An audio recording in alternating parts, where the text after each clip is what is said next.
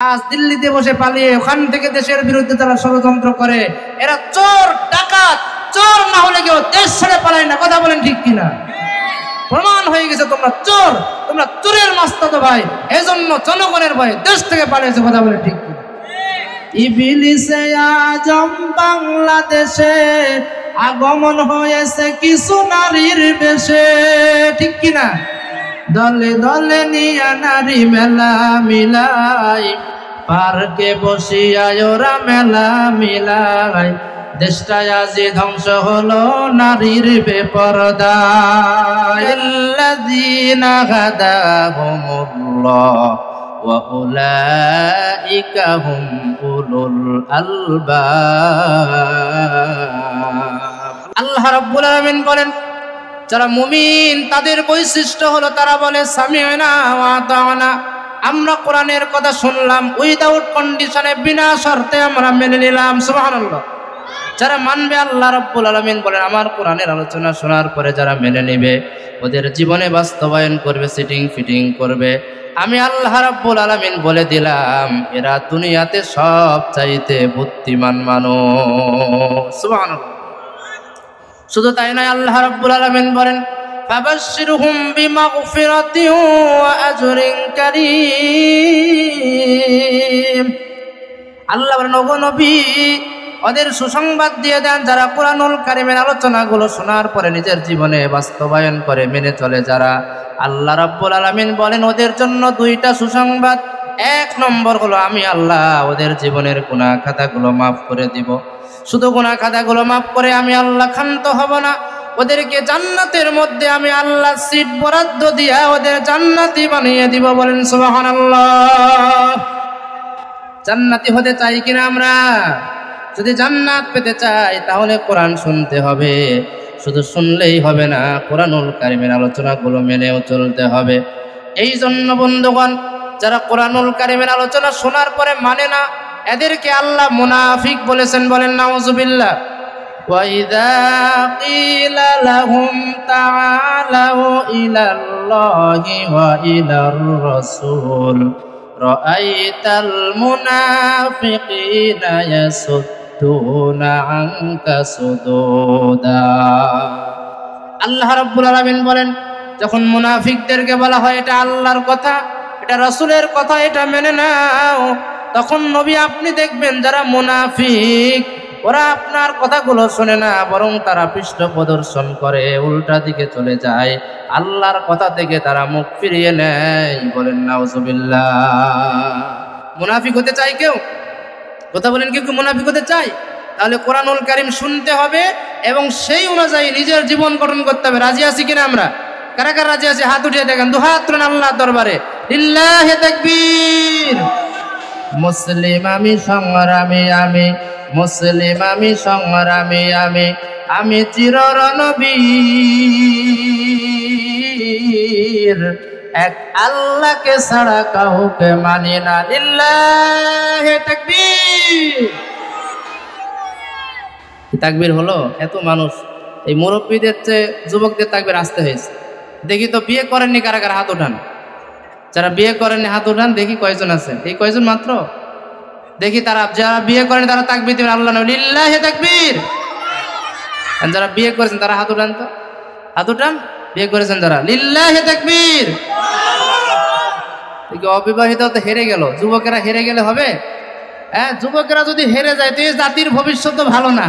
ঠিক কিনা? যুবকেরা এই জাতির গর্ব, যুবকেরা এই জাতির 5ই আগস্টের স্বাধীনতা নিয়ে এসেছে, বাংলাদেশের নতুন স্বাধীনতা উপহার দিয়েছে। বলেন ঠিক কিনা? এই জন্য যুবকেরা হাঁটতে পারে না, যুবকদের আরেকবার চান্স দেওয়া দরকার। ঠিক কিনা বলেন? এই মুরব্বী চাচাদের যারা বিবাহিত এদেরকে হেরাই দিতে পারবেন? দেখি যারা বিবাহিত না, যুবক, যুবকের হাত উঠান, তাকবীর না, লিল্লাহি তাকবীর। এবার যুবকেরা জিতেছে, ঠিক না? আলহামদুলিল্লাহ। আসেন কোরআনুল কারীমের সরাসরি আলোচনা। সূরা আল ইমরান, কোরআনুল কারীমের 3 নম্বর সূরা, এর 102 নম্বর আয়াতে কারিমা রব্বুল আলামিন ইরশাদ করছেন, ইয়া আইয়ুহাল্লাযীনা আমানুত্তাকুল্লাহ হাক্কা তুকাতিহ ওয়া লা তামুতুন্না ইল্লা ওয়া আনতুম মুসলিমুন। আল্লাহ বলেন, ঈমানদার তোমরা আল্লাহ রব্বুল আলামিনকে ভয় করো যেইভাবে যতভাবে আল্লাহকে ভয় করতে হয় সেইভাবে আল্লাহকে ভয় করো, আর পরিপূর্ণ মুমিন মুসলমান না হয়ে মৃত্যুবরণ করো না। বলেন সুবহানাল্লাহ। এই আয়াতে কারিমার মধ্যে আল্লাহ মুমিনদেরকে আল্লাহকে ভয় করার আদেশ দিয়েছেন। কাকে ভয় করব আমরা? আল্লাহকে ভয় করতে হবে। আল্লাহকে ভয় শুধু করলেই হবে না, যথাযথভাবে যেইভাবে আল্লাহকে ভয় করা দরকার সেইভাবেই ভয় করতে হবে। আর মুসলিম না হয়ে মৃত্যুবরণ করা যাবে না। তো বলছে হুজুর আমরা তো সবাই মুসলিম, তারপর আল্লাহ বলছেন মুসলমান না হয়ে মৃত্যুবরণ করো না, মানেটা কি? তার মানে হলো আল্লাহ বলেন নামে মুসলমান হলে হবে না, শুধুমাত্র তোমার নাম ভোটার তালিকার খাতায় মুসলমানের নামের তালিকায় থাকলে হবে না, শুধুমাত্র গরুর গোশত খাও বলে মুসলমান বলে দাবি করলে হবে না। আল্লাহ রাব্বুল আলামিন বলেন পরিপূর্ণ মুসলমান হতে হতে যেটা বোঝায় আল্লাহর কথা রাসূলের কথা মেনে নিয়ে জীবনের পরিপূর্ণ জীবন ব্যবস্থা হিসাবে ইসলামকে মেনে নিয়ে জীবনের সকল ক্ষেত্র ইসলাম দিয়ে পরিচালনা করতে হবে, এটার নাম পরিপূর্ণ মুসলিম। বলেন সুবহানাল্লাহ। আল্লাহ রাব্বুল আলামিন বলে ইমানদার ইয়া আইয়ুহান নাস, ও বিশ্বের মানুষেরা, ইত্তাকু রাব্বাকুমুল্লাযী খালাকাকুম মিন নাফসিন ওয়াহিদা, সেই রবকে ভয় করো যিনি তোমাদের প্রতিপালক আল্লাহ রাব্বুল আলামিন, যিনি তোমাদেরকে সৃষ্টি করেছেন ওই আল্লাহ রাব্বুল আলামিনকে ভয় করো। কোরআনুল কারীমের এক আয়াতের তাফসীর আর এক আয়াত দিয়ে আল্লাহ রাব্বুল আলামিন করে বলেন, সূরা হজ খুলে দেখেন আল্লাহ রাব্বুল আলামিন বলেন ইয়া আইয়ুহান নাসুত্তাকু রাব্বাকুম ইন্না জালজালাতাস সাআতি শাইউন আযীম ইয়াওমা তারাউনাহা কুল্লু মুরদিআতিন আম্মা আরদাআত ওয়া তাদাউ কুল্লু যাতি হামলিন হামলাহা ওয়া তারান নাসা সুকারা ওয়া মা হুম বিসুকারা ওয়ালাকিন্না আযাবাল্লাহি শাদীদ। রব্বুল আলামিন বলে ওই ঈমানদারেরা, সেই রব্বুল আলামিন আল্লাহ রব্বুল আলামিনকে ভয় করো যিনি বিচার দিবসের মালিক। আর ওই কিয়ামতের বিভীষিকাময় ময়দান কিন্তু অত্যন্ত কঠিন। ইয়াউমা তারাউনাহা তাযহালু কুল্লু মুরদিআতিন আম্মা আরদাআত, সেদিন দেখবে কিয়ামতের মাঠের বিভীষিকার কারণে গর্ভবতী নারী কখন তার গর্ভের সন্তানটা প্রসব হয়ে যাবে বুঝতেই পারবে না, মানুষ মানুষকে চিনতে পারবে না। কিয়ামতের কঠিন ময়দানে মানুষ যেন শুধু হেলবে আর দুলবে, দৌড়াদৌড়ি করবে, ছুটাছুটি করবে। মানুষদেরকে দেখে যেন মনে হবে এরা সব পাগল হয়ে গেছে, নেশাগ্রস্ত হয়েছে, মাতাল হয়ে গেছে। বলেন নাউজুবিল্লাহ। আল্লাহ রাব্বুল আলামিন বলে ওয়া তারান নাসা সুকারা, মানুষদেরকে দেখলে মনে হবে এরা যেন নেশাগ্রস্ত হয়ে গেছে। আল্লাহ বলেন ওয়া মা হুম বিসুকারা, কিন্তু এরা কেউ মাতাল হয়নি, নেশাগ্রস্ত হয়নি।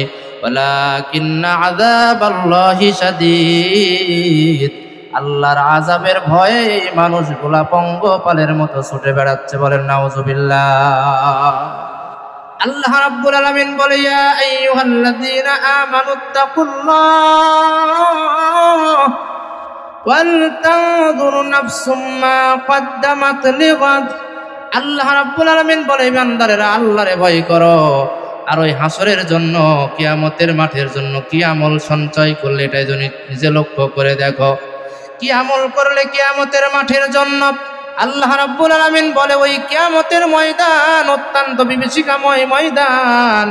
যদি তোমরা আল্লাহরে না মেনে দুনিয়ায় আল্লাহর ইবাদত না করে কিয়ামতের ময়দানে চলে আসো, আমি আল্লাহ রাব্বুল আলামিন তোমাদেরকে কিন্তু জাহান্নামে নিক্ষেপ করব। বলেন নাউজুবিল্লাহ।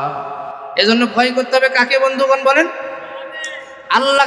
আল্লাহ হলো রব, রবকে ভয় করতে হবে। আল্লাহ রাব্বুল আলামিন বলছেন আল্লাহ রাব্বুল আলামিনকে ভয় করতে হবে। আল্লাহ আমাদের রব, আমাদের রবকে আল্লাহ আমার রব, এই রবই আমার সব। একটু ইকো দেন ভাই, একটু ইকো দেন হালকা করে, একটু বলেন না আল্লাহ আমার রব, এই রবই আমার সব।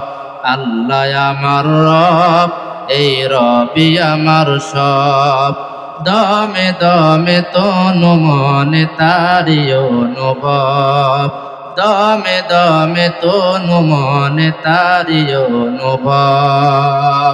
তাহলে আমাদের রবকে আল্লাহ বলছে, ওই রব আল্লাহকে ভয় করো। আজকে আমাদের অন্তরে রবের ভয় নাই, আমাদের অন্তরে খালি র্যাবের ভয়। কিসের ভয়?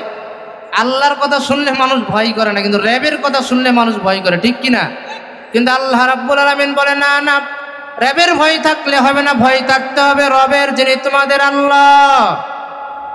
বন্ধুগণ, আমরা ওই রবকে ভয় না করে র্যাবকে ভয় করি। একটা ঘটনা বললে বুঝতে পারবেন। 2006 সাল জরুরি অবস্থা, ফখরুদ্দিন সাহেব ক্ষমতায় ছিল, আপনাদেরকে মনে আছে? ওই সময় সব নেতাদেরকে ধরপাকড় করা হয়েছিল দুর্নীতির দায়ে। একজন মানুষ এইরকম নেতা ছিল দুর্নীতিবাজ। এই দুর্নীতিবাজ নেতাকে র্যাব খুঁজতেছে ধরার জন্য। র্যাব ধাওয়া করেছে, সামনে দেখতে পাচ্ছে লোকটা দৌড়ে পালিয়ে যায়। র্যাবের ধাওয়া খেয়ে লোকটা হাতের বাম দিকে দেখছে একটা মসজিদ আছে। মসজিদের মধ্যে ঢুকে একটা টুপি মাথায় দিয়ে আল্লাহু আকবার বলে নামাজে দাঁড়িয়ে গেছে। র্যাব এখন সামনে টানে পিছনে সব দিকে তাকিয়ে দেখছে লোকটাকে তো আর দেখা যায় না। দুর্নীতিবাজ নেতাটা গেল কোথায়? খুঁজে তাকে আর পাওয়া যায় না। র্যাবের মাথায় এটাও ধরে নাই যে এত বড় দুর্নীতিবাজ নামাজ পড়ার জন্য মসজিদে কি যাবে? জীবনেও মসজিদে যাবে না। র্যাব আর মসজিদ চেক করে দেখে নাই। ওই লোকটা খুঁজে খুঁজে পেতে ব্যর্থ হলো, শেষে র্যাব চলে গেল কিন্তু খুঁজে পেল না। তাহলে বলেন তো বন্ধুগণ, এই যে লোক নেতা দুর্নীতিবাজ এই যে মসজিদে গেল, রবের ভয়ে না র্যাবের ভয়ে? কথা বলেন, রবের ভয় না র্যাবের ভয়ে? র্যাবের ভয়ে, র্যাব থেকে বাঁচার জন্য মসজিদে গিয়েছে। কিন্তু রবের ভয়ে, আল্লাহর ভয়ে কোনোদিন মসজিদে যাওয়ার সৌভাগ্য অনেক মুসলমানেরই হয় না। কথা বলেন ঠিক কিনা? এই জন্য আজকে দুনিয়ায় র্যাবকে ভয় পাইলে হবে না, ভয় পাইতে হবে আমাদের রব যিনি, আমাদের আল্লাহ যিনি, সেই রব্বুল আলামিনকে ভয় পেতে হবে। এই রবের ভয়ের নাম হলো তাকওয়া। বলেন না সুবহানাল্লাহ। আজকের আলোচনার বিষয় হলো তাকওয়া, আল্লাহ ভীতি।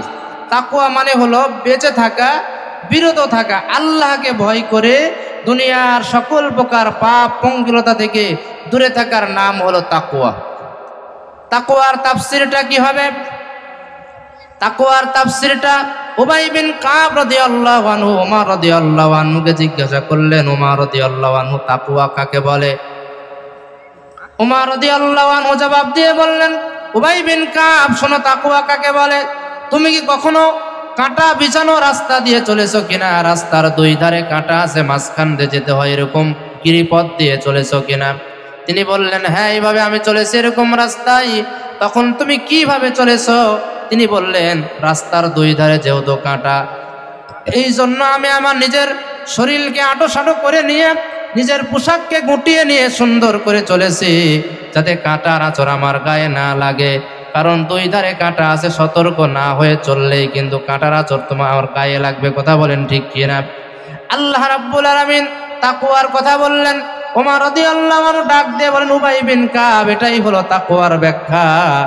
রাস্তার দুই ধারে কাঁটার ভয়ে যেমন সুন্দর করে তুমি শরীরটাকে আঁটোসাঁটো করে নিয়ে, পোশাক আশাককে গুছিয়ে নিয়ে যেমন সতর্ক হয়ে চলো, এই পুরা দুনিয়াটা পাপ দিয়ে ভর্তি, আল্লাহর অবাধ্যতা দিয়ে ভর্তি, শয়তানি কার্যকলাপ দিয়ে ভর্তি আছে। এই পাপের সাগর থেকে নিজেকে বাঁচিয়ে তুমি যদি আল্লাহ রাব্বুল আলামিনের জন্য নিজেকে সকল পাপ থেকে বাঁচিয়ে চলতে পারো, এটাই তাকওয়ার ব্যাখ্যা। এটার নাম তাকওয়া, আল্লাহর ভয়। সুবহানাল্লাহ। সম্মানিত বন্ধুগণ, এই তাকওয়া, আল্লাহর ভয় পোশাক দ্বারা পরিচয় পাওয়া যায় না। যার টুপি বড় লম্বা, দাড়ি আছে, টুপি আছে, জুব্বা আছে, মাথায় পাগড়ি আছে, এই যে তাকওয়াবান, এটা দেখা যায় না, বোঝা যায় না। এই তাকওয়া হলো অন্তরের জিনিস। কথা বলেন ঠিক কিনা? আল্লাহ রাসূল বলেন, আত-তাকওয়া হাহুনা, আত-তাকওয়া হাহুনা। তাকওয়া আছে অন্তরের মধ্যে, পোশাক আশাকের মধ্যে তাকওয়া নাই। ঠিক কিনা? আল্লাহ রাব্বুল আলামিন বলে, যার অন্তরে আমি আল্লাহর ভয় বেশি, ইন্না আকরামাকুম ইনদাল্লাহি আতকাকুম। আল্লাহ রাব্বুল আলামিন বলেন, যার অন্তরের মধ্যে আমি আল্লাহর ভয় বেশি, তাকওয়া বেশি, সেই লোকটা আমি আল্লাহর দরবারে বেশি সম্মানিত। বলেন সুবহানাল্লাহ। আল্লাহ রাসূল বলেন, ইন্নাল্লাহা লা ইয়ানজুরু ইলা সুওয়ারিকুম ওয়া আমওয়ালিকুম ওয়ালাকিন ইয়ানজুরু ইলা আমালিকুম ওয়া কুলুবিকুম।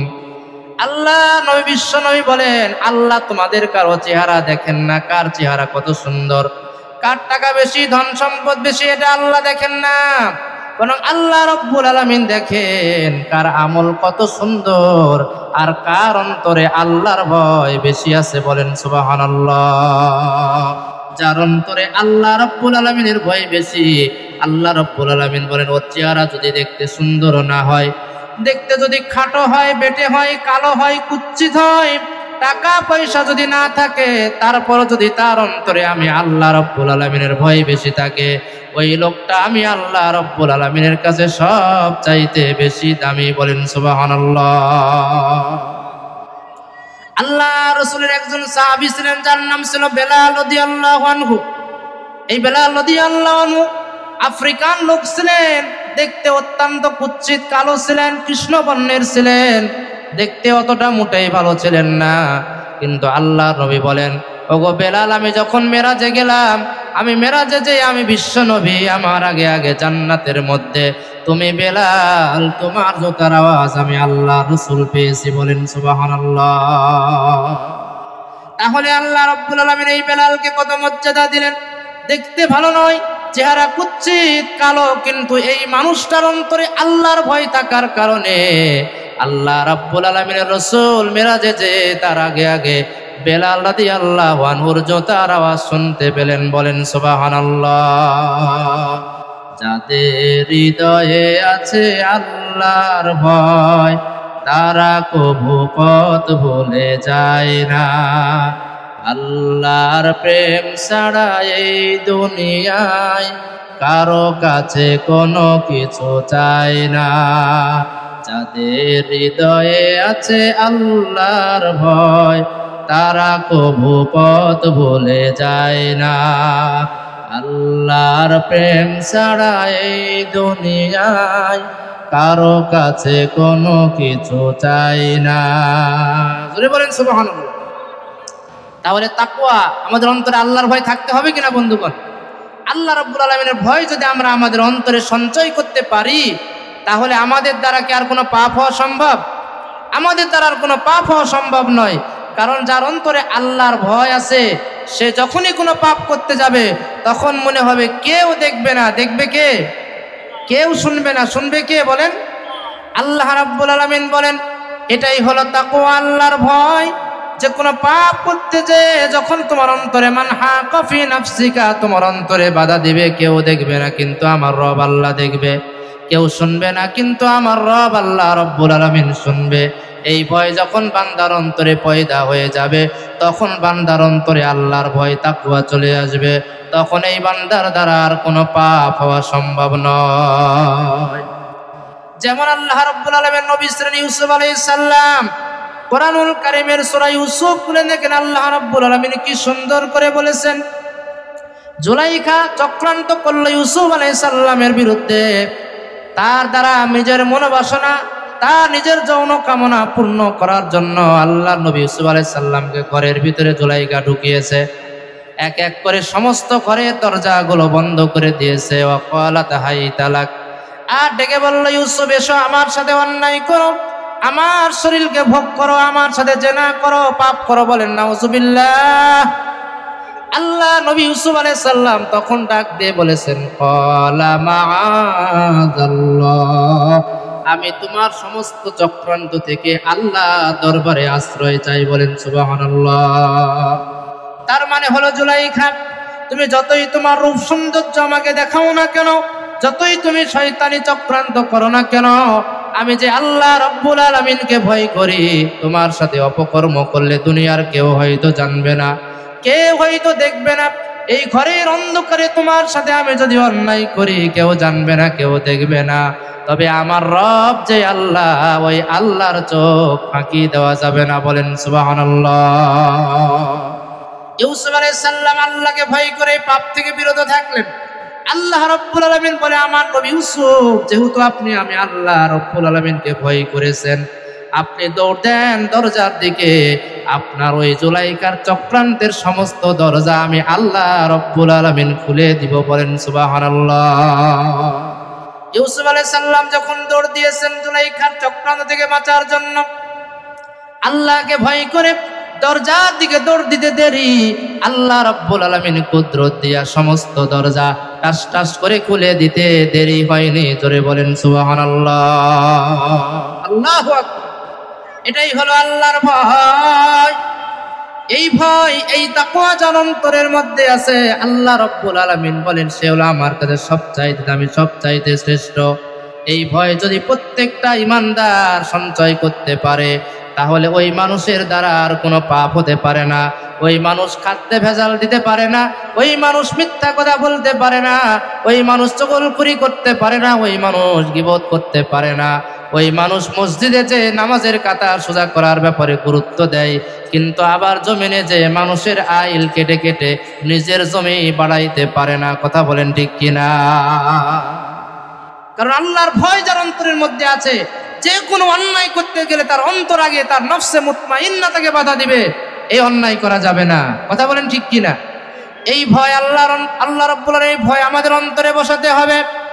যদি আমাদের অন্তর জগৎকে পবিত্র করতে পারি, আল্লাহ রাসূল বলে ইন্না ফিল জাসাদি লামুদগা, মানুষের অন্তর না, মানুষের শরীরের মধ্যে একটা গোস্তের টুকরা আছে। এই গোস্তের টুকরা যদি সুন্দর হয়ে যায়, পাকসাফ হয়ে যায়, পবিত্র হয়ে যায়, সালাহাল জাসাদু কুল্লু, পুরা মানুষের হিউম্যান বডিটা পবিত্র হয়ে যায়। ওয়াইজা ফাসাদাত ফাসাদাল জাসাদু কুল্লু, আর যদি মানুষের ওই গোস্তের টুকরাটা নষ্ট হয়ে যায়, ওর মধ্যে যদি শয়তান বাসা বাঁধে, পুরা মানুষটাই শয়তানের গোলাম হয়ে যায়। বলেন নাউজুবিল্লাহ। আল্লাহ রাসূল বলেন আলা ওয়াহিয়াল কলব, ওটাই হলো মানুষের অন্তর। অন্তরের মধ্যে যদি আল্লাহর ভয় বসাতে পারে, ওই ব্যক্তি খাঁটি আল্লাহর গোলাম হয়ে যাবে। বলেন সুবহানাল্লাহ।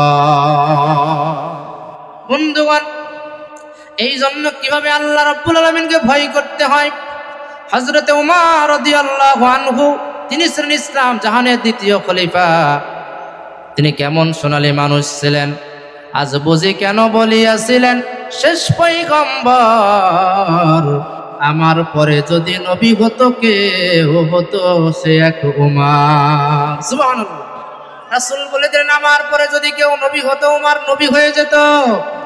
এত বড় মানুষ, অর্ধেক জাহানের শাসনকর্তা, অর্ধেক পৃথিবী করেছ শাসন, ধুলার তখতে বসি, খেজুর পাতার প্রাসাদ খানি তোমার বারে বারে গেছে খুশি। এই উমর রাদিয়াল্লাহু আনহু যখন ইসলাম জাহানের খলিফা ছিলেন, তার দায়িত্ব ছিল রাতের গভীর অন্ধকারে তার রাজ্যের মানুষেরা যখন আরাম করে ঘুমাতো, রাষ্ট্রপ্রধান স্বয়ং খলিফা উমর রাদিয়াল্লাহু কিন্তু রাতের বেলা ঘুমাতেন না। তিনি রাস্তায় রাস্তায় ঘুরে ঘুরে ছদ্মবেশ নিয়ে দেখতেন তার রাজ্যের প্রজাদের কার কোন সমস্যা। বলেন সুবহানাল্লাহ। এমন যদি হতো আমার দেশের শাসক হতো উমরেরই মতো, হতো আবু বকরের মতো। এমন যদি হতো আমার দেশের শাসক হতো উমরেরই মতো, হতো আবু বকরের মতো। জনগণের খোঁজ খবর নিতন রাত দুপুরে, ঘুরে ঘুরে দেখতো কি কেউ আছে অনাহারে। আমার দেশের কৃষক শ্রমিক বঞ্চিত হতো না, আমার দেশের মা বোনেরা ধর্ষিতা হতো না। কথা বলেন ঠিক কিনা? এমন যদি একজন শাসক হয়ে যেত উমর রাদিয়াল্লাহু আনহুর মতো, তাহলে এই বাংলার জমিনে আর কোনো অন্যায় থাকতো না, দুর্নীতি থাকতো না, রাহাজানি থাকতো না, মিথ্যা মামলা থাকতো না, আলেম ওলামাদেরকে আয়না করে রেখে হত্যা করার চক্রান্ত কেউ করতে পারতো না। কথা বলেন ঠিক কিনা? এই উমর রাদিয়াল্লাহু আনহু রাতের বেলা ঘুরে ঘুরে দেখছেন কার কি সমস্যা, তার প্রজাদের কি সমস্যা তিনি দেখতেছেন। হঠাৎ করে তিনি একটা ঘরের পাশে দাঁড়িয়ে একজন মহিলার কণ্ঠের আওয়াজ শুনতে পেলেন। একজন বৃদ্ধা মহিলা তার ছোট কন্যা মেয়েকে ডেকে ডেকে বলছে, ও আমার কন্যা, তুমি এখন রাত অনেক হয়ে গেছে, রাত 2টা 3টা বেজে গেছে, তাড়াতাড়ি করে ঘুম থেকে উঠো, ফজর হওয়ার আর একটু কিছু সময় বাকি আছে। এখন আমাদের ছাগল আর বকরির যেই দুধগুলো আছে এগুলো দহন করো। দুধ দহন করে ওই দুধের মধ্যে পানি মিশায়া আগামীকাল সকালবেলা মদিনার বাজারে বেচতে হবে। বলেন সুবহানাল্লাহ। হ্যাঁ, সুবহানাল্লাহ না নাউজুবিল্লাহ? দুধে পানি মিশানো হালাল না হারাম? তাহলে দুধে পানি মিশানো হারাম। মা তার মেয়েকে বলছে দুধ দহন করে দুধের মধ্যে পানি মিশাও, আর ওই দুধ আগামীকাল মদিনার বাজারে বেচলে বেশি লাভ হবে, টাকা পাওয়া যাবে বেশি। এই কথা শোনার পরে তার কন্যা সন্তান ডাক দিয়ে বলছে, ও আমার মা, আপনি এটা কি বলেন? দুধের মধ্যে পানি মিশানো তো হারাম, আর এটা করতে আমাদের খলিফা উমর রাদিয়াল্লাহু আনহু নিষেধ করে দিয়েছেন। উমর রাদিয়াল্লাহু আনহু যদি জানতে পারেন আমরা দুধের মধ্যে পানি মিশিয়ে বেচেছি, বিক্রি করেছি, তাহলে তিনি শাস্তি দিবেন। মা ডাক দিয়ে বলছে, মেয়ে তুমি কি পাগল নাকি? এই মিডিল নাইট, গভীর রাতের অন্ধকারে উমর কোথায় থেকে তোমাকে দেখবে, কোথায় থেকে শুনবে? সে তো বিছানায় আরাম করে ঘুমিয়ে আছে। আসলে বলেন উমর রাদিয়াল্লাহু আনহু কোথায় আছে? ওর বাড়ির পাশে দাঁড়িয়ে সব শুনতেছে। সুবহানাল্লাহ। মেয়েটা ডাক দিয়ে কি বললো? এটাই শিক্ষা। মেয়েটা ডাক দিয়ে বলছে, ও গো মা, শুনে নাও, এই রাতের গভীর অন্ধকারে যদি আমরা দুধের মধ্যে পানি মিশায়া মদিনার বাজারে আগামীকাল বিক্রি করি, লাভ বেশি হবে। তবে কেউ জানতে পারবে না। হযরত উমর রাদিয়াল্লাহু আনহু হয়তো জানতে পারবে না, শুনতে পারবে না। উমর রাদিয়াল্লাহু আনহুর চোখকে ফাঁকি দেওয়া যাবে বটে, কিন্তু আমার রব আল্লাহ রব্বুল আলামিন আরশে আজিমে আছে, তার চোখকে ফাঁকি দেওয়ার কোনো উপায় নাই। বলেন সুবহানাল্লাহ। আল্লাহু আকবার। মেয়ে কি সুন্দর ডাক দিয়ে বলে, মা, সবার চোখ ফাঁকি দিতে পারবে, কিন্তু আমার আল্লাহর চোখ ফাঁকি দেওয়া যাবে না। আমার আল্লাহ রব্বুল আলামিন অবশ্যই জানবেন। যেহেতু আল্লাহ রাব্বুল আলামিন জানবেন, আমি আল্লাহর বান্দি হয়ে এই হারাম অন্যায় কাজ আমি করতে পারবো না। বলেন সুবহানাল্লাহ। উমর রাদিয়াল্লাহু আনহু এই বাচ্চা মেয়েটার কথা শুনে আশ্চর্য হয়ে গেলেন। হাই হাই, এই মেয়েটা কি বলে? এই অল্প বয়সের বাচ্চা মেয়ে, তার অন্তরের মধ্যে কতটা আল্লাহ রাব্বুল আলামিনের ভয় ঢুকে গেছে, তাকওয়া প্রবেশ করেছে। আল্লাহর ভয় অন্তরে থাকার কারণে এই ছোট্ট মেয়েটা রাতের গভীর অন্ধকারে এত ছোট একটা পাপ করতেও দ্বিধাবোধ করতেছে, একমাত্র আল্লাহর ভয় থাকার কারণে। বলেন না সুবহানাল্লাহ। তুমি আসমানে থাকো প্রভু, আমি জমিনে, তবু তোমারি প্রেম জমে হৃদয় মাঝারে। লিল্লাহি তাকবীর। তাহলে আল্লাহ রাব্বুল আলামিন, আল্লাহর চোখ কি ফাঁকি দেওয়া যাবে বন্ধুগণ? কথা বলেন। কেউ দেখবে না, কেউ জানবে না। রাতের গভীর অন্ধকারে আপনি রাত 12টা 1টার দিকে ফোন করে যদি গার্লফ্রেন্ডের সাথে কথা বলেন আর যা কিছু অন্যায় করেন, কেউ জানবে না, কেউ দেখবে না। দেখবে কে? অন্যায় করে যদি আপনি মানুষের জমিনের আইল ঠেলেন, মানুষের জমিকে অন্যায় করে লিখে নেন, আর খাদ্যের মধ্যে ভেজাল দেন, আর যে কোনো ধরনের পাপ পঙ্কিলতা করেন, দুনিয়ার মানুষ হয়তো দেখতে পারবে না, কিন্তু আল্লাহ রাব্বুল আলামিনকে কি ফাঁকি দেওয়া যাবে? আল্লাহ রাব্বুল আলামিন বলেন, ফামান ইয়ামাল মিসকালা যাররাতিন খায়রান ইয়ারা ওয়া মান ইয়ামাল মিসকালা যাররাতিন শাররান ইয়ারা। বান্দারা, ছোট থেকে ছোট, ক্ষুদ্র থেকে ক্ষুদ্র যত ছোট আমল করো না, তোমার আমল যদি সরিষার দানা পরিমাণ হয়, ভালো আমল করলে আল্লাহ রাব্বুল আলামিনের দরবারে এটা চলে যাবে, উপস্থাপন করা হবে। আর যদি তুমি ছোট খারাপ যদি অন্যায় কোনো কাজ করো, যতই ছোট হোক না কেন, এটাও আল্লাহ রাব্বুল আলামিন তার আমল নামায়, বান্দার আমল নামায় লিখে রাখবেন। বলেন সুবহানাল্লাহ। কিরামান কাতিবিনা ইয়ালামুনা মা তাফআলুন। কিরামান কাতিবিন, তোমার ফেরেশতা আছে, এগুলা তোমার আমলনামার মধ্যে সব লিখে রাখবে। এই আমলনামার খাতাটা আমি আল্লাহ তোমাকে কিয়ামতের দিন দিব। ডাক দিয়ে বলবো, ইকরা কিতাবাকা কাফা বিনাফসিকাল ইয়াউমা আলাইকা হাসিবা। এই তোমার আমলনামার বান্দা, পড়ে দেখো তোমার আমলনামার মধ্যে যা কিছু করেছো, ভালো করো আর খারাপ করো, যা কিছু করো না কেন, সবকিছু ডেট সহ, তারিখ সহ, স্থান কাল পাত্র যা কিছু আছে সব সহ তোমার আমলনামার মধ্যে সব লেখা আছে। বলেন সুবহানাল্লাহ।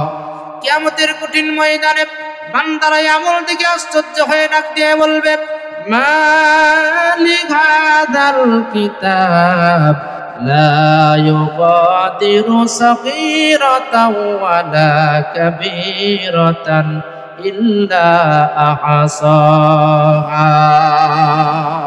ডাক দিয়ে বলবে, হাই হাই, কি একটা আমলনামা, লা ইউগাদিরু সাগীরাতাও ওয়ালা কাবীর, এর মধ্যে ছোট জিনিসও বাদ পড়ে নাই, বড় কোনো আমলনামাও বাদ পড়ে নাই। যা কিছু করেছি সব আমলনামার মধ্যে লেখা আছে, একটা কোনো কিছু আল্লাহর দরবারে ফাঁকি দেওয়ার সুযোগ নাই। বলেন সুবহানাল্লাহ। বন্ধুগণ, এই জন্য আমি আপনি যেই পাপ করি, ছোট হোক আর বড় হোক, এইটা আল্লাহ রাব্বুল আলামিনের ফেরেশতারা লিখে রাখছেন কিনা, আমলনামা কিয়ামতের দিন আপনার সামনে ধরে দেওয়া হবে। এই জন্য যেটাই করেন প্রত্যেকটা আমলনামা করার আগে হিসাব করবেন, এটা আমার আমলনামায় লেখা হবে, ভালো করতেছি না খারাপ করতেছি। যদি ভালো করি তাহলে এই আমলের বিনিময়ে জান্নাতে যাওয়া যাবে, আর যদি খারাপ কাজ করে থাকি এই খারাপের বিনিময়ে আল্লাহর জাহান্নামে যেতে হবে। বলেন না নাউজুবিল্লাহ। এই জন্য বন্ধুগণ, ভয় করতে হবে একমাত্র আল্লাহ রাব্বুল আলামিনকে। আল্লাহ রাব্বুল আলামিন বলেন, যারা আমি আল্লাহ রাব্বুল আলামিনকে ভয় করতে পারবে তাদের কি লাভ হবে শোনো। ওয়া মাইয়াত্তাকিল্লাহা ইয়াজআল লাহু মাখরাজা ওয়া ইয়ারযুকুহু মিন হাইসু লা ইয়াহতাসিব। আল্লাহ বলেন, যারা রব্বুল আলামিন আমি আল্লাহরে ভয় করে চলবে, আমি আল্লাহ রব্বুল আলামিন তাদের বিপদ আপদ থেকে, সকল কিছু থেকে উদ্ধার করার রাস্তা আমি আল্লাহ বের করে দিব। আর ওই সমস্ত মানুষদেরকে আমি আল্লাহ এমন ভাবে রিজিক দিব, ওরা বুঝতেই পারবে না কোথায় থেকে আল্লাহ রিজিক দিয়েছেন। বলেন সুবহানাল্লাহ। যেমন কোরআনুল কারীম খুলে দেখেন, হযরতে মারিয়াম আলাইহিস সালাতু ওয়াস সালাম, তিনি মহিলা মানুষ ছিলেন, বাইতুল মুকাদ্দাসের খাদেমা ছিলেন, খেদমত করতেন। তার খালু আল্লাহর নবী জাকারিয়া আলাইহিস সালাম তাকে একটা কুটুরির মধ্যে, ঘরের মধ্যে বন্দি করে তালা দিয়ে নবুয়তের কাজের জন্য চলে গেছেন। 2 দিন 4 দিন 5 দিন 1 সপ্তাহ পরে মনে হয়েছে, আহা, মরিয়ামকে তো আমি ঘরের মধ্যে তালাবদ্ধ করে রেখে এসেছি, খাওয়ার ব্যবস্থা নাই, ঘরের মধ্যে কোনো খাবার দাবার কিচ্ছু নাই, মরিয়াম কি খাবে? না খেয়ে মনে হয় মরিয়াম মারা যাবে। তিনি যখন ফিরে আসলেন, ঘরের তালাটা খুললেন, দেখলেন মরিয়াম আলাইহিস সালামের সামনে অমৌসুমী বিভিন্ন ফল ফলাদি খাবার দিয়ে পরিপূর্ণ আছে। বলেন সুবহানাল্লাহ। তিনি ডাক দিয়ে বলেন, ইয়া মারিয়াম আন্না লাকি হাযা, ও মারিয়াম, এই ফলগুলো, এই যে খাবারগুলো, এগুলো তুমি কোথায় পেলা? এখন তো আমের সময় নাই, তোমার সামনে তো আম দেখতে পাচ্ছি। এখন আঙ্গুরের সময় নয়, তোমার সামনে আঙ্গুর দেখা যায়, অমৌসুমী ফল তোমার কাছে দেখা যায়, এগুলা কোথায় থেকে পেলে মরিয়াম বলো? মারিয়াম আলাইহিস সালাম জবাব দিয়ে বললেন, ক্বালাত হুয়া মিন ইনদিল্লাহ ইন্নাল্লাহা ইয়ারযুকু মান ইয়াশাউ বিগাইরি হিসাব। আল্লাহু আকবার। মারিয়াম আলাইহিস সালাম বলেন, খালু, এগুলা কেউ দেয় নাই, দুনিয়ার কোনো মানুষ আমাকে দেয় না, এগুলো স্বয়ং আল্লাহর পক্ষ থেকে এসেছে। আল্লাহ যাকে চান অঢেল রিজিক আল্লাহ তাই দান করতে পারেন। বলেন সুবহানাল্লাহ। আল্লাহরে ভয় করে যারা, তাদের রিজিকের দায়িত্ব কার? ওয়াল্লাহু খায়রুর রাযিকিন, আল্লাহ হলো সর্বোত্তম রিজিক দাতা। ওয়া মা মিন দাব্বাতিন ফিল আরদি ইল্লা আলাল্লাহি রিজকুহা। কি হলো? কারেন্ট এসে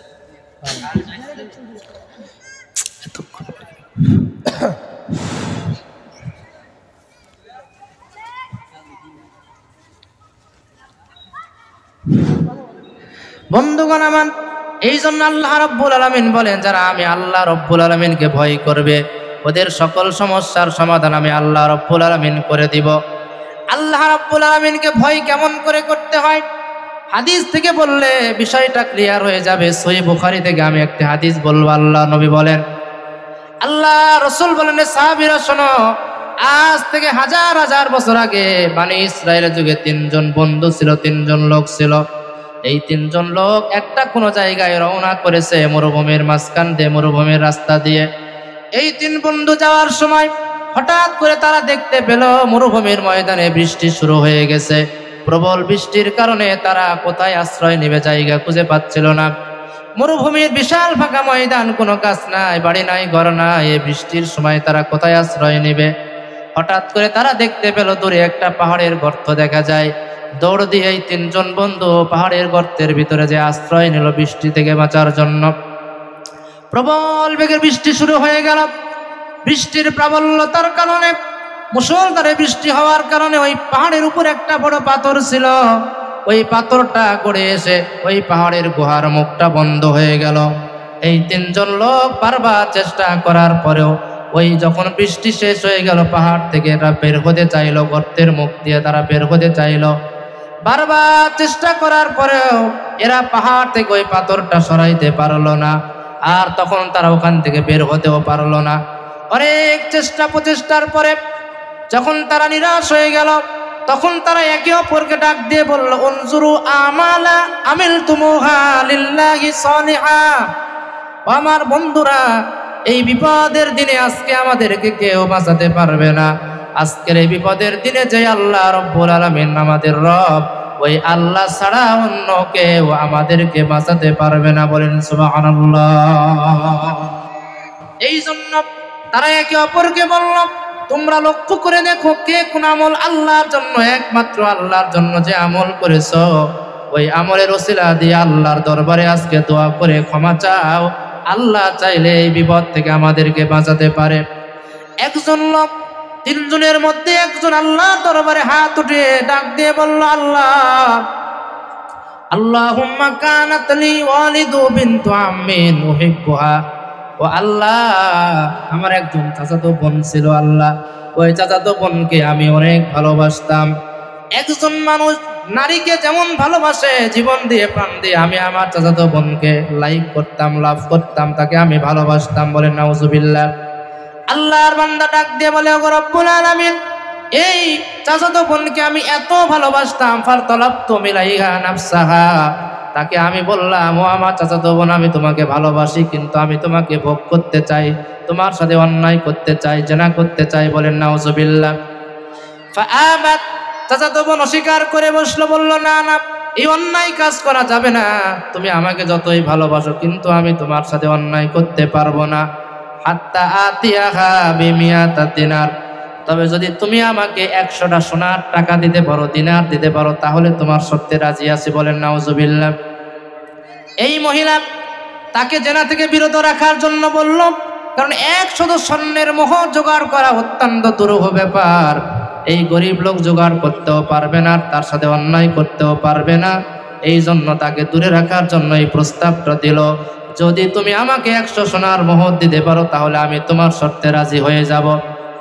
এই যুবক মানুষ এতটা তার বোনকে ভালোবাসত, অনেক কষ্ট করে 100 সোনার মোহর জোগাড় করে তার চাচাতো বোনের সামনে জমা দিয়ে বলছে, এই নাও 100 সোনার মোহর, আর তোমার শর্তে তুমি রাজি হয়ে যাও, তুমি আমার সাথে এখন অন্যায় করো।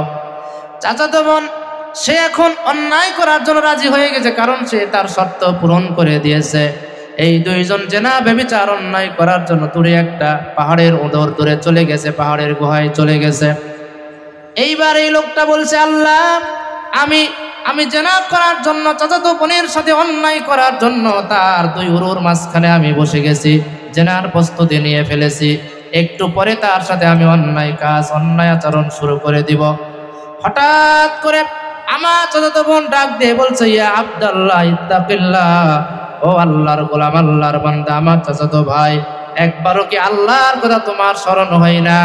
ওই আল্লাহ রব্বুল আলামিন তো আমাদের রব, আল্লাহ তো সকল কিছু দেখছেন, আল্লাহ জানছেন। ওই আল্লাহর দরবারে কিয়ামতের কঠিন ময়দানে তুমি কিভাবে হিসাব দিবে? ওই জন্য আল্লাহ রব্বুল আলামিনকে ভয় করো রে আল্লাহর বান্দা, আল্লাহর গোলাম, আল্লাহরে ডরো, আল্লাহ রব্বুল আলামিনকে ভয় করে। আর লা তাফতাহিল খতাম, আমার সতীত্ব, আমার ভার্জিনিটি নষ্ট করো না, আমার সতীত্ব নষ্ট করো না, আমার সাথে তুমি জেনা করো না, অন্যায় ব্যভিচার করো না, আল্লাহরে ভয় করো। এই কথা যখন আমার চাচাতো ভাই, চাচাতো বোন বলেছে, আল্লাহর বান্দা বলেন, ওগো রব্বুল আলামিন, তখন তোমার ভয়, তোমার তাকওয়া আমার অন্তরের মধ্যে চলে এসে, তাই তো আল্লাহ রব্বুল আলামিনের দরবারে কিয়ামতের দিন কিভাবে মুখ দেখাবো?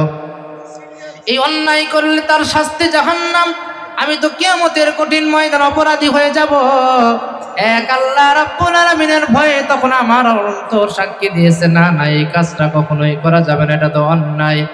ওগো রব্বুল আলামিন, তখন আমি একমাত্র তুমি মালিক, তুমি রব, আল্লাহ তোমার ভয়ে আমি আমার চাচাতো বোনকে পরিত্যাগ করে বলেছি, তুমি দূর হয়ে যাও, চলে যাও এখান থেকে, নিরাপদে চলে যাও। আমি তোমার গায়ে টাচ করব না, তোমার সতীত্ব আমি নষ্ট করব না, তোমার কোনো ক্ষতি করব না, তুমি চলে যাও। একমাত্র আল্লাহর ভয়ের কারণে আমি আজকে তোমাকে এখান থেকে চলে যেতে অনুমতি দিলাম, তোমার আমি কোনোই ক্ষতি করব না। বলেন সুবহানাল্লাহ। এই বান্দা ডাক দিয়ে বলে, রব্বুল আলামিন, সেদিন তোমার ভয়ে শুধুমাত্র আল্লাহ এই চাচাতো বোনকে হাতের কবজার মধ্যে পেয়ে তাকে আমি আমার নিজের কাছে পাওয়ার পরও তোমাকে ভয় করে আমি কোনো অন্যায় করিনি, জেনা করিনি, তাকে টাচ করিনি, স্পর্শ করিনি। আল্লাহ, একমাত্র তুমি রব্বুল আলামিন, তোমার ভয়ে ওই আমলটা যদি আল্লাহ রব্বুল আলামিন তোমার দরবারে কবুল হয়ে থাকে, ওই ক্ষুদ্র আমলের বিনিময়ে হলো আজকে বিপদ থেকে আমাদেরকে বাঁচিয়ে দাও, ওই পাহাড়ের গর্ত থেকে, গর্তের মুখ থেকে পাথরটা সরিয়ে দাও। নারা মিনহুস সামা, আমরা যেন আকাশ দেখতে পারি আর বের হতে পারি। আল্লাহ, ওই দিনের আমল নামার বিনিময়ে আজকের বিপদ থেকে তুমি আল্লাহ তুমি বাঁচিয়ে দাও। সুবহানাল্লাহ। আল্লাহ রাব্বুল আলামিন রাসূল বলেন, সাহাবীরা শোনো, এই লোকটা আল্লাহর দরবারে এই দোয়া করতে দেরি হয়েছে। আল্লাহ বলেন, উদউনি আস্তাজিব লাকুম, ও বান্দারা আমি আল্লাহরে ডাকো, ডাকতে দেরি হবে, আমি আল্লাহর সাড়া দিতে দেরি হবে না। যখন এই বান্দাটা আমি আল্লাহরে ডেকেছে, আল্লাহ রাসূল বলেন, সঙ্গে সঙ্গে আল্লাহ তার দোয়া কবুল করে ওই পাথরটা পাহাড়ের গুহা থেকে একটু সরিয়ে দিয়ে রাস্তা পরিষ্কার করে দিলেন। এই তিনজন লোক পরবর্তীতে পাথরের গুহা থেকে, পাহাড় থেকে বের হয়ে চলে গেল এক আল্লাহ রব্বুল আলামিনকে ভয় করার কারণে। বলেন সুবহানাল্লাহ, আল্লাহু আকবার। তাহলে বন্ধুগণ, এই হলো আল্লাহর ভয়। এইভাবে যদি আমরা আমাদের জীবনে আল্লাহ রব্বুল আলামিনকে ভয় করতে পারি, আল্লাহ রব্বুল আলামিন বলে, বিপদ আপদ যা কিছু থাকবে, সকল বিপদ আপদ মুসিবত আর যা কিছু আছে বান্দা, আমি আল্লাহ রাব্বুল আলামিনকে ভয় করলে আমি আল্লাহই মুক্তির পথ খুলে দিব। বলেন সুবহানাল্লাহ, আল্লাহু আকবার। তাহলে ওই আল্লাহর ভয় আমাদের মধ্যে থাকতে হবে কিনা? আজকে যদি আমাদের অন্তরে আল্লাহর ভয় থাকতো, তাহলে কি মুসলমান বলে দাবি করার পরে আমরা কি নামাজ ছাড়তে পারতাম? কথা বলেন, কে কে নামাজ আদায় করেন? হাত উঠান তো। কেউ হাত উঠাবে না, কিন্তু অধিকাংশ মুসলমান দাবি করার পরে নামাজ আদায় করে না। কথা বলেন ঠিক কিনা? পড়নি নামাজ তুমি রাখনি রোজা, রাসূলের তরিকাতে চলনি সোজা, দাওনি যাকাত তুমি করেছো জুলুম, দিনের ব্যাপারে ছিলে শুধু বেমালুম, জীবনে জমিয়েছো শুধু পাপের বোঝা, পড়নি নামাজ তুমি রাখনি রোজা, রাসূলের তরিকাতে চলনি সোজা। লিল্লাহি তাকবীর। তাহলে মুসলমান আল্লাহর ভয় যদি থাকতো, তাহলে নামাজ ছেড়ে দিয়ে মুসলমান দাবি করতে পারতাম না। কথা বলেন ঠিক কিনা? এরপরে মুসলমান আজকে আল্লাহর কথা মানে না। মুসলমান আজকে সুদ, ঘুষ, দুর্নীতি, রাহাজানি, মিথ্যা, ছিনতাই আর এমন কোনো অপরাধ নাই মুসলমান করে না। কথা বলেন ঠিক কিনা? যদি আল্লাহর ভয় থাকে, ওই লোকটাকে মিথ্যা বলতে পারে, গীবত করতে পারে, হারাম খেতে পারে, সুদ খেতে পারে? আল্লাহ বলেন না। সুদ ছোট গুনাহ না বড় গুনাহ ভাই? সুদ এত ভয়াবহ গুনাহ। আল্লাহ রাব্বুল আলামিন বলে, ইয়া আইয়ুহাল্লাযীনা আমানু লা তাকুলুর রিবা দাফা মুদাফা। ও দুনিয়ার ইমানদার দাবি করার পরে সুদ খায় না, কারণ সুদ খায় যেই ব্যক্তি সে আল্লাহর বিরুদ্ধে যুদ্ধ ঘোষণা করে। বলেন নাউজুবিল্লাহ। অথচ মুসলমানের ঘরে ঘরে সুদ। হাজী সাহেব সুদ খায়, 5 ওয়াক্ত নামাজ পড়ে সুদের মধ্যে টাকা লাগায়, আছে কিনা বলেন? আল্লাহ রাসূল বলেন, এই সুদ এত খারাপ গুনাহ। আর রিবা ও সাবউনা জুজা, সুদ খেলে 70 রকমের গুনাহ হয়। আইসারুহা আইয়ান কে রাজুলুম মাহু, সুদের সবচাইতে ছোট গুনার নাম হলো মায়ের সাথে জেনা করার গুনাহ। বলেন নাউজুবিল্লাহ। কত ভয়াবহ হতে পারে! অথচ মুসলমানের ঘরে ঘরে সুদ, মুসলমানের ঘরে ঘরে কিস্তি, এনজিও, ব্রাক, আশা, গ্রামীণ ফোন, কারিতাস, ঠেঙ্গামারা, টিএমএমএস আর এরকম শতফুল আর শাপলা, এমন কোন এনজিও নাই মুসলমানের মধ্যে কাজ করছে না। এই সমস্ত এনজিও গুলো এসে মুসলমানদের ঘরে ঘরে জেনা, ব্যভিচার, সুদকে ঢুকিয়ে দিয়েছে। কথা বলেন ঠিক কিনা? আজ মুসলমান এগুলো নিয়ে মত্ত। আর নারীরা বেপরদা বেহায়াপনা করে চলছে, ওদেরকে এরা ঋণ দিচ্ছে, পুরুষকে দেয় না, আর নারীকে দেয়। কারণটা কি? কারণ এরা জানে, ইহুদি খ্রিস্টান জানে যে এই নারীরা মুসলমানদের নারীদের সতীত্ব যদি আমরা হরণ করতে পারি, এদেরকে রাস্তায় নামাতে পারি, এই সমস্ত নারীদের যদি বেপরদা বেহায়াপনা করে আমরা ঘর থেকে বাইরে নামাতে পারি, এই সমস্ত নারীদের পেটে আর আল্লাহর ওলি জন্ম নিবে না, শাহজালাল জন্ম নিবে না, শাহ মাখদুম জন্ম নিবে না। এই সমস্ত উলঙ্গ বেহায়াপনা নারীর গর্ভের মধ্যে ডিপজল মমতাজ জন্ম নিবে। কথা বলেন ঠিক কিনা? এই জন্য এরা চক্রান্ত করেছে মুসলমানদের বিরুদ্ধে। মুসলমানরা বুঝতে পারে না, ওরা বলছে ভাঙ্গা ঘরে থাকবো না, হ্যাঁ, স্বামীর কথা শুনবো না, ভাঙ্গা ঘরে থাকবো না, তারপরে কিস্তি দিব ঠিকঠাক, বৃষ্টি পড়ে টিপটা পরে, নাউজুবিল্লাহ। আছে কিনা আমাদের সমাজে? এগুলো হারাম বন্ধুগণ। বেপরদা বেহায়াপনা এটা তো আজকে আমাদের সমাজে কমন ব্যাপার। আজ মুসলমানদের কত অধপতন হয়েছে। মুসলমানদের অন্তরে আল্লাহর ভয় না থাকার কারণে মুসলমান বিয়ে করার পরে নিজের স্ত্রীকে নিয়ে ভিডিও বানাইয়া, কাপল ভ্লগ বানাইয়া আজকে ইউটিউব, ফেসবুকে ছেড়ে দিয়ে টাকা ইনকাম করছে। নিজের বউকে দিয়ে ব্যবসা করে, নিজের বইয়ের দেহ মানুষকে দেখিয়ে মুসলমান ইউটিউব, ফেসবুক, টিকটকে ব্যবসা করছে। বলেন নাউজুবিল্লাহ। এরা কি ধরনের মুসলমান হতে পারে? কাপল ভ্লগের নাম করে আজকে স্বামী স্ত্রী কি শুরু করেছে আমাদের যুব সমাজ, বিশেষ করে যারা ইয়ং জেনারেশন, এডুকেটেড পারসন, বিশ্ববিদ্যালয়, কলেজ যারা লেখাপড়া করছে, এই সমস্ত নারীদের মাঝখানে এক বিন্দু পরিমাণ আল্লাহর ভয় নাই। এরা বেপরদা বেহায়াপনা আমাদের সমাজের মধ্যে সমাজকে একবারে নষ্ট করে দিল। কথা বলেন ঠিক কিনা? শহরে বাজারে দেখো নারীদের ঢল, পর্দাবিহীন তারা করে ঝলমল। ঠিক কিনা বলেন?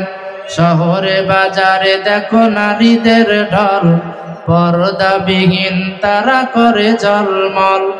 অন্যকে তার দিকে আশেকে বানায়, দেশটায় আজি ধ্বংস হলো নারীর বেপরদায়। সবার মুখে একই আওয়াজ, হাই হাই হাই। ইবলিসে আজম বাংলাদেশে আগমন হয়েছে কিছু নারীর বেশে। ঠিক কিনা? দলে দলে নিয়া নারী মেলা মিলাই, পার্কে বসিয়ায় ওরা মেলা মিলাই। দেশটায় আজি ধ্বংস হলো নারীর বেপরদায়। লিল্লাহি তাকবীর। আল্লাহ রাব্বুল আলামিন বলেন, ওয়াকারনা ফি বুয়ুতিকুন্না ওয়ালা তাবাররাজনা তাবাররুজাল জাহিলিয়াতিল উলা। আল্লাহ বলেন, নারীরা যার অন্তরে আল্লাহর ভয় আছে, ওই নারী কোনোদিন বেপরদায় চলতে পারে না, বেহায়াপনা করে চলতে পারে না, নিজের শরীর অন্য পর পুরুষকে দেখাইতে পারে না। যারা ইমানদার নারী তারা জাহেলিয়াতের মতো রাস্তায় বাজারে বাজারে ঘুরে বেড়ায় না, তারা বাড়িতে থাকে, পর্দা করে। এটাই মুমিন নারীর গুণাবলী। বলেন সুবহানাল্লাহ। আল্লাহ রাব্বুল আলামিন বলেন, ইয়া আইয়ুহান নাবিয়্যু কুল লিআজওয়াজিকা ওয়া বানাতিকা ওয়া নিসাইল মুমিনিন। আল্লাহ বলেন, ও নবী, আপনার নারীদেরকে বলে দেন, কন্যাদেরকে বলে দেন, স্ত্রীদেরকে বলে দেন, ওরা যেন ঘর থেকে বের না হয়। যদি প্রয়োজনে ঘর থেকে বের হতে হয়, একান্ত প্রয়োজনে এমন পোশাক পরে বের হবে যাতে তাদেরকে চেনা না যায়। দেহের ভার, অ্যাডভার্ব, প্রিপোজিশন, কনজাংশন কোথায় কি আছে বাইরের পুরুষ যেন দেখতে না পারে, এইভাবে বের হতে হবে। বলেন ঠিক কিনা? ও রে আদরের মা বোন, পর্দা ছাড়া বাইরে যাইও না। ও রে আদরের মা বোন, পর্দা ছাড়া বাইরে যাইও না। পর্দা ছাড়া বাইরে গেলে জান্নাত পাবে না রে আদরের মা বোন, পর্দা ছাড়া বাইরে যাইও না। লিল্লাহি তাকবীর। আল্লাহ নবী বিশ্বনবী মুহাম্মদ রাসূলুল্লাহ সাল্লাল্লাহু আলাইহি সাল্লাম হাদিসের মধ্যে কি বলছেন শুনুন। আল্লাহ রাসূল বলেন, সিনফানে মিন আহলিন নার লাম আরাহুমা, দুই শ্রেণীর মানুষ আছে, ওরা জাহান্নামী। ওই দুই শ্রেণীর মানুষদেরকে আমি রাসূল এখনো দেখতে পাইনি। একদল নারীরা যাবে আল্লাহর জাহান্নামে, নিসাউন কাসিয়াতুন আরিয়াতুন মুমিনাতুন মাইলা। একদল নারীরা যাবে আল্লাহর জাহান্নামে, যেই নারীরা পোশাক পরার পর উলঙ্গ থাকবে। বলেন নাউজুবিল্লাহ। ও মুসলমান বলেন তো, পোশাক পরার পরেও কি মানুষ উলঙ্গ হয় কিনা? বলেন হয়? পোশাক পরার পর তো মানুষ উলঙ্গ হয় না, কিন্তু রাসূল তো বলছেন এই নারীরা পোশাক পরার পর উলঙ্গ থাকবে, এই নারীরা যাবে আল্লাহর জাহান্নামে। তার মানে কি মুসলমান? তার মানে উলামায়ে কেরাম দুইটা ব্যাখ্যা দিয়েছেন।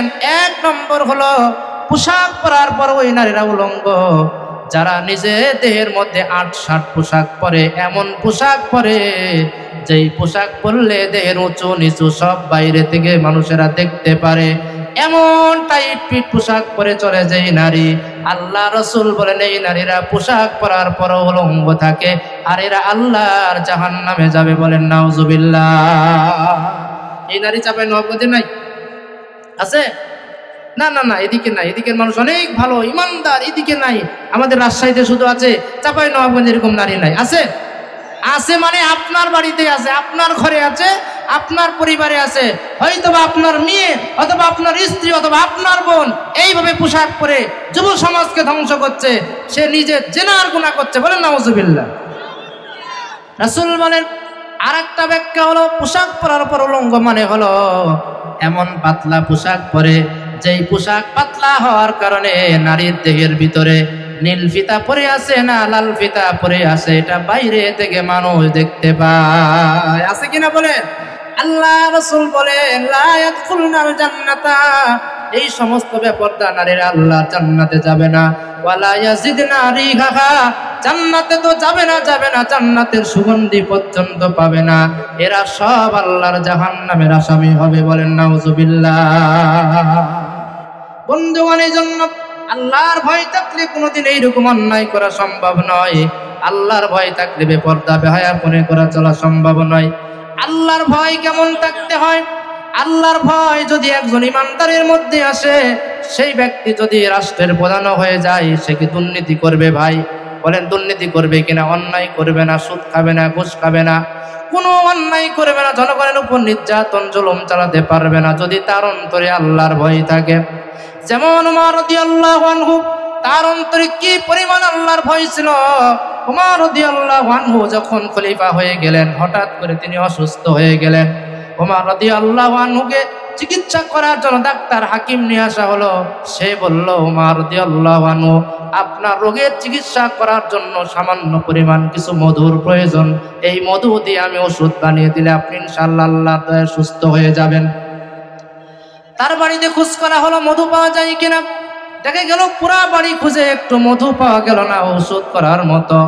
লোকজন বলল, আমিরুল মুমিনিন, আপনি তো রাষ্ট্রের প্রধান, বাইতুল মাল থেকে একটু মধু নিয়ে আপনি ওষুধ বানিয়ে খান। ওমর রাদিয়াল্লাহু আনহু বললেন, না, এটা হতে পারে না, আমি তো রাষ্ট্রের প্রধান বটে, কিন্তু বাইতুল মাল সম্পদের প্রকৃত মালিক হলো আমার রাষ্ট্রের জনগণ। বলেন সুবহানাল্লাহ। যদি বাইতুল মাল থেকে মধু নিতে হয়, আমার জনগণের অনুমতি নিতে হবে, তারপরে আমি মধু নিতে পারবো। বলেন সুবহানাল্লাহ। আল্লাহু আকবার। কি পরিমাণ আল্লাহর ভয়! এই ভয় যদি একজন রাষ্ট্রপ্রধানের মধ্যে চলে আসে, ওই রাষ্ট্রপ্রধান কি দুর্নীতি করতে পারে? ওই রাষ্ট্রপ্রধান জনগণের টাকা পয়সা মেরে বিদেশে বেগম পড়া করে তুলতে পারে না, আর জনগণের টাকা পয়সা দিয়ে নিজে আরামায়েশ করে দেশকে ঋণের বোঝা দিয়ে দিল্লিতে দাদাবাবুর দেশে পালাতে পারে না। কথা বলেন ঠিক কিনা? আজ দিল্লিতে বসে পালিয়ে ওখান থেকে দেশের বিরুদ্ধে তারা ষড়যন্ত্র করে। এরা চোর ডাকাত, চোর না হলে কেউ দেশ ছেড়ে পালায় না। কথা বলেন ঠিক কিনা? প্রমাণ হয়ে গেছে তোমরা চোর, তোমরা চোরের মাস্তাতো ভাই, এজন্য জনগণের ভয়ে দেশ থেকে পালিয়েছে। কথা বলে ঠিক কিনা? আল্লাহ বলেন, না না, তুমি রাষ্ট্রপ্রধান যদি হও, তোমার অন্তরে আমি আল্লাহর ভয় থাকতে হবে। আল্লাহর ভয় যদি থাকে, তুমি রাষ্ট্রপ্রধান যদি হয়ে যাও, তোমার কথা শুধু মানুষ শুনবে না, তোমার কথা সকলেই শুনবে, এমনকি নীলনদ পর্যন্ত তোমার কথা মানতে বাধ্য হবে। সুবহানাল্লাহ। ইতিহাস খুলে দেখেন, আল্লামা ইবনু কাসির রাহমাতুল্লাহ আলাইহি আল বিদায়া ওয়ান নিহায়ার মধ্যে ঘটনাটা লিখেছেন, অনেক বড় কিতাব আল বিদায়া ওয়ান নিহায়া। ওমর রাদিয়াল্লাহু যখন খলিফা হলেন তখন মিশর বিজয় হয়ে গেল আমর ইবনুল আস রাদিয়াল্লাহু আনহুর নেতৃত্বে। মিশর বিজয়ের পরে হঠাৎ করে দেখা গেল মিশরের নীল নদের পানি শুকিয়ে গেছে। মিশরের মানুষেরা বলল, এই নীল নদের পানি মাঝে মাঝে শুকিয়ে যায়, তখন আমরা একটা যুবতী মেয়েকে ধরে সুন্দর করে সাজিয়ে নীল নদের মধ্যে জীবন্ত নিক্ষেপ করে দেই, তারপরে আবার নীল নদে অনেক সময় পানি চলে আসে। কিছু জিন শয়তানদের কারসাজিতে এটা হতো, বলেন নাউজুবিল্লাহ। তারা বলল, আমর ইবনুল আস, নীল নদের পানি যেহেতু শুকিয়ে গেছে, একজন সুন্দরী যুবতীকে সাজিয়ে নীল নদের মধ্যে ফেলে দিতে হবে, ও মরে যাওয়ার পরে নীল নদে পানি আসবে, বলেন নাউজুবিল্লাহ। আমর ইবনুল আস বললেন, না, এটা হতে পারে না, আল্লাহ এবং তার রাসূল ইসলাম এটা অনুমোদন দেয় না, আমি এটা করতে পারবো না। এর সমস্যার সমাধানের জন্য আমি খলিফাতুল মুসলিমিন ওমর রাদিয়াল্লাহু আনহুর নিকটে চিঠি লিখব, তিনি এর সলিউশন সমাধান দিবেন। ওমর রাদিয়াল্লাহু আনহু চিঠি লিখে সব জানানো হলো, খলিফাতুল মুসলিমিন, মিশরের নীল নদ শুকিয়ে গেছে, এরকম তাদের রেওয়াজ আছে, একজন নারীকে মিশরের নীল নদে ফেলে দিবে, এটা করা যায় কিনা? ওমর রাদিয়াল্লাহু আনহু বললেন, না, এটা করা হারাম, বরং আমি একটা চিঠি লিখে দিচ্ছি, চিঠিটা নিয়ে আল্লাহর নামে তুমি নীল নদের গায়ে নিক্ষেপ করে নীল নদে ফেলে দিবে। ওমর রাদিয়াল্লাহু আনহু একটা চিঠি লিখলেন। এই চিঠি লেখার পরে আমর ইবনুল আসকে বললেন, এই চিঠিটা নিয়ে নীল নদের গায়ে তুমি ফেলে দিও, নীল নদে ফেলে দিও। আমর ইবনুল আস রাদিয়াল্লাহু আনহু চিঠিটা আসার পরে ওই নীল নদের মধ্যে ফেলে দিলেন। ওমর রাদিয়াল্লাহু আনহু নীল নদের কাছে চিঠি লিখেছেন, ইয়া নীল মিন আমিরিল মুমিনিন ওমর তাজরি বিআমরিল্লাহ। ওমর রাদিয়াল্লাহু আনহু বলেছিল, ও নীল দরিয়া, তুমি তো আল্লাহর গোলাম, আর আমি আল্লাহ রাব্বুল আলামিনের খলিফা, আল্লাহর প্রতিনিধি ওমর বলছি, এই সমস্ত বিশ্বের প্রত্যেকটা পৃথিবীর শাসনকর্তা আল্লাহর পক্ষ থেকে খলিফা আমি, আল্লাহর পক্ষ থেকে খলিফা হয়ে আমি আদেশ দিলাম, তুমি আল্লাহর নামে আবার প্রবাহিত হয়ে যাও, বলেন সুবহানাল্লাহ। আমর ইবনুল আস রাদিয়াল্লাহু আনহু এই চিঠিটা মিশরের নীল নদে ফেলে দিতে দেরি হলো, কোথায় থেকে? আল্লাহর হুকুমে, আল্লাহর কুদরতের মাধ্যম দিয়ে নীল নদের পানি এসে পুরা নীল নদ ভর্তি হয়ে যেতে দেরি হলো না, বলেন সুবহানাল্লাহ। আল্লাহু আকবার বলেন। ওই যে নীল নদের পানি ওই উচ্চতায় যেদিন ওমর রাদিয়াল্লাহু আনহু তীরে পৌঁছেছিল, ওই জায়গায় পানির স্তর আজও আছে, আজ পর্যন্ত নীল নদের পানি এক চুল পরিমাণ শুকিয়ে যায় নাই।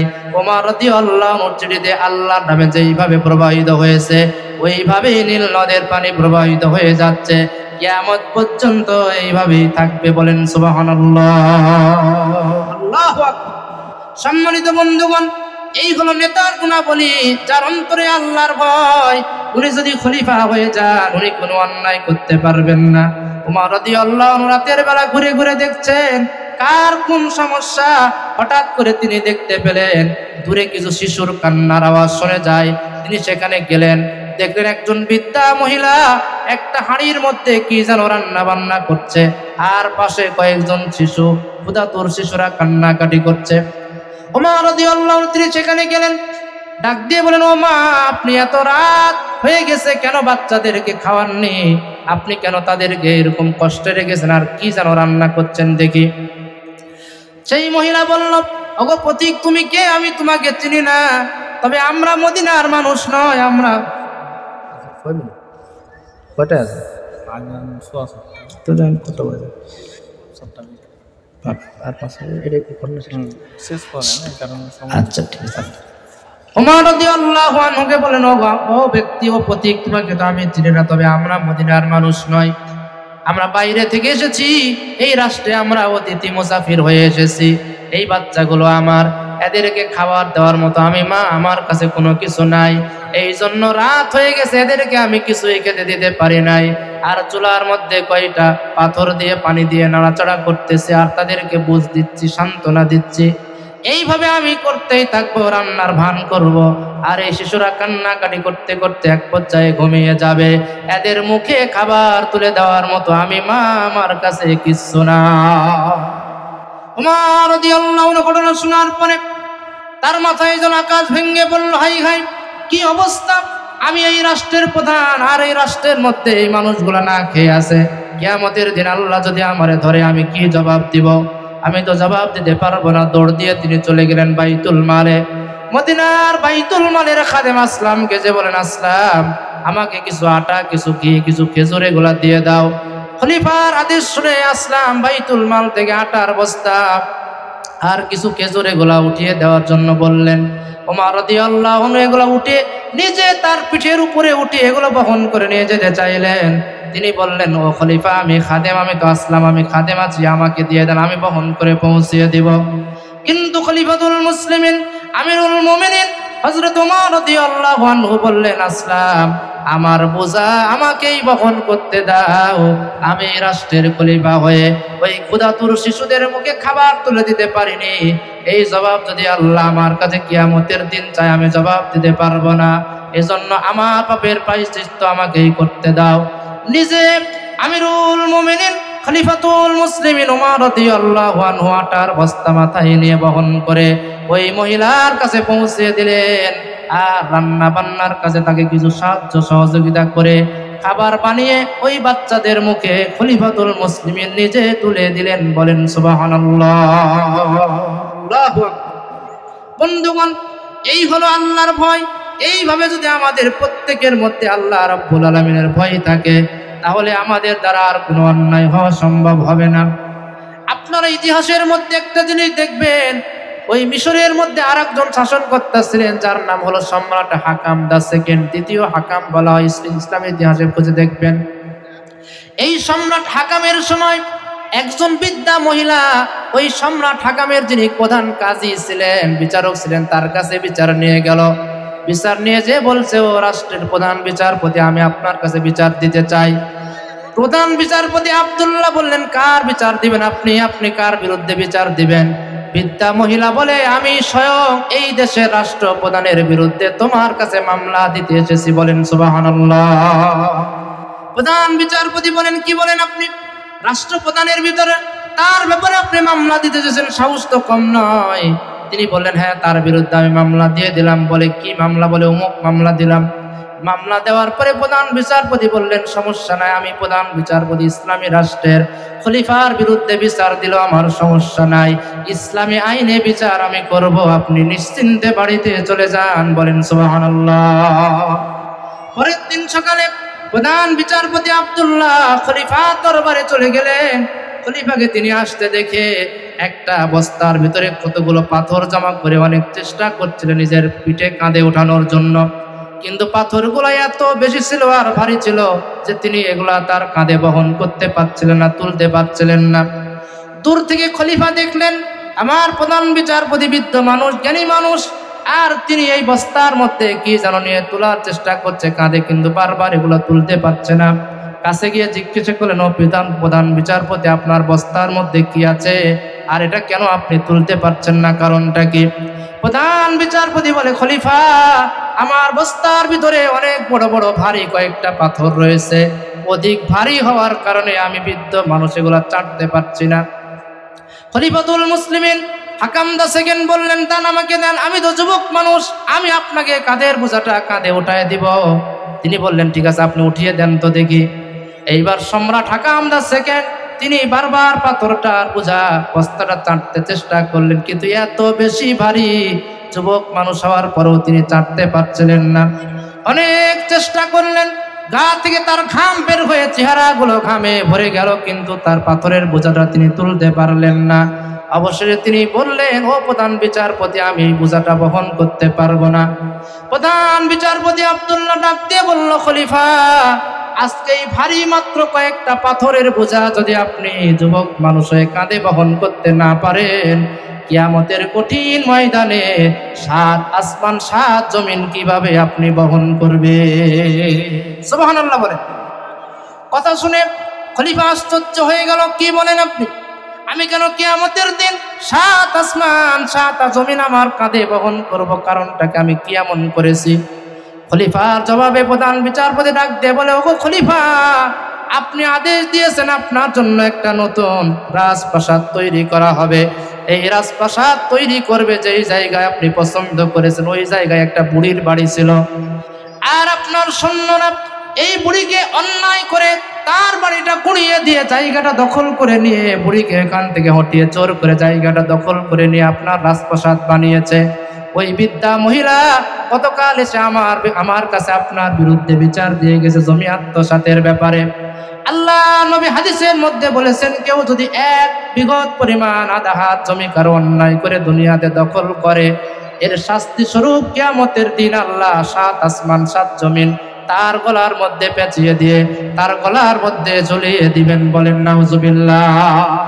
ওগো খলিফা, অন্যায় করে আপনি যে বিদ্যার জায়গাটা জমিটা দখল করেছেন, এর অপরাধ স্বরূপ আল্লাহ কিয়ামতের দিন আপনাকে 7 আসমান 7 জমিন গলার মধ্যে যখন ঝুলিয়ে দিবেন, তখন আপনি কিভাবে এটা বহন করবেন? বলেন নাউজুবিল্লাহ। খলিফা বলল, হাই হাই, তাই নাকি? আমি তো বিষয়টা জানি না। আমার সৈন্যবাহিনীকে এখনই ডাকো, তাড়াতাড়ি করে ওই বৃদ্ধা মহিলাকে নিয়ে আসো। ওই বৃদ্ধা মহিলার কাছে আমি খলিফা হয়ে নিজে ক্ষমা চেয়ে নিব, আর উত্তম ক্ষতিপূরণ দিয়ে তার কাছ থেকে মাপ চেয়ে নিব। যদি মাপ না চাই, এই অপরাধের বিনিময়ে কিয়ামতের দিন আল্লাহ হয়তো আমারে দায়ী বানিয়ে দিয়া 7 আসমান 7 জমিন আমার গলায় ঝুলিয়ে দিবে। বলেন নাউজুবিল্লাহ। আল্লাহু আকবার। এই ছিল রাষ্ট্রপ্রধান, এই ছিল প্রধান বিচারপতি। তাদের অন্তরে আল্লাহর ভয় থাকার কারণে তারা রাষ্ট্রপ্রধানের বিরুদ্ধে বিচার করেছেন। তারা আল্লাহ রাব্বুল আলামিনের কাছে নত হয়েছেন, নিজে নত হয়ে বৃদ্ধার কাছে ক্ষমা চেয়েছেন। বলেন না সুবহানাল্লাহ। বন্ধুগণ, এই জন্য আসুন, কোথায় গেল সেই আমাদের ইতিহাস? কোথায় আমরা সেই মুসলমান, সেই ইমানদার মুসলমান কোথায় খুঁজে পাওয়া যাবে আজকে? আজ সেই আল্লাহওয়ালা মানুষ আজকে সমাজে নাই। এই জন্যই সমাজের মধ্যে এত অধপতন, এত খুন খারাপি আর বালা মুসিবত, আল্লাহর গজব আসছে। কথা বলেন ঠিক কিনা? এই জন্য ফিরে আসুন। আল্লাহর ভয় যদি আমাদের অন্তরের মধ্যে না থাকে ভাই, তাহলে আমাদের দ্বারা যাবতীয় শয়তানি কাজ হওয়া সম্ভব। এই জন্য আল্লাহর ভয় যদি আমরা আমাদের অন্তরে সঞ্চয় করতে পারি, যে অন্তরের মধ্যে আল্লাহর ভয় থাকবে, ওই ব্যক্তি আল্লাহ বিরোধী কোনো কাজ করতে পারে না, ওই ব্যক্তি ইসলাম বিরোধী কোনো কাজ করতে পারে না, ওই ব্যক্তি তাগুতি কোনো আইন মানতে পারে না, ওই ব্যক্তি একমাত্র আল্লাহর আইন মানবে, আল্লাহর গোলাম হয়ে যাবে। কথা বলেন ঠিক কিনা? এজন্য আসুন, আমাদের দরকার সেই রাষ্ট্রপ্রধান, সেই উমরের মতো লোক, যে উমরের মতো লোক, সৎ ব্যক্তি আল্লাহর কুরআনুল কারীমের শাসনে বাংলাদেশে কায়েম করবে। আগামী দিন আমরা সেই লোক চাই। কথা বলেন ঠিক কিনা? এজন্য আগামীর দিন হবে কোরআনের দিন, আগামীর বাংলা হবে কোরআনের বাংলা। এই বাংলায় যেন আগামী দিনে সৎ লোকের শাসন প্রতিষ্ঠা হয়ে যায়। আল্লাহর আইন চাই, সৎ লোকের শাসন চাই। আল্লাহর আইন আর সৎ লোক যদি এই দেশ শাসন করে, এদেশের ভাগ্যে কোনো আকাশে কোনো অন্যায় হতে পারবে না, কোনো ধরনের ক্ষুধা থাকবে না, দারিদ্র থাকবে না, অবনটন থাকবে না। এই বাংলাদেশ প্রকৃত সোনার বাংলায় পরিণত হবে। কথা বলেন ঠিক কিনা? এই জন্য আমরা চাই কিনা আগামী বাংলা যেন কোরআনের বাংলা হয়, আগামী দিন আল্লাহর আইনে যেন এই দেশ চলে। কে কে চায়? দুহাত তুলে আল্লাহরে দেখান। লিল্লাহি তাকবীর। আল্লাহ কবুল করে নিন। আল্লাহ যেন এই দেশকে আল্লাহর আইনে চলছে এই দৃশ্য দেখে যেন আমাদেরকে মৃত্যুবরণ করার তৌফিক আল্লাহ দান করেন। আমিন। আসুন, সেই আশাবাদ ব্যক্ত করে আমি সংক্ষিপ্ত কথা শেষ করে দিচ্ছি। আল্লাহর ভীতি, তাকওয়া নিয়ে আজকে আলোচনা করলাম সংক্ষিপ্ত করে। আল্লাহ আমাদের সকলের অন্তরে তাকওয়া দিয়ে ভরে দিন। সকলে বলছে আল্লাহুম্মা আমিন।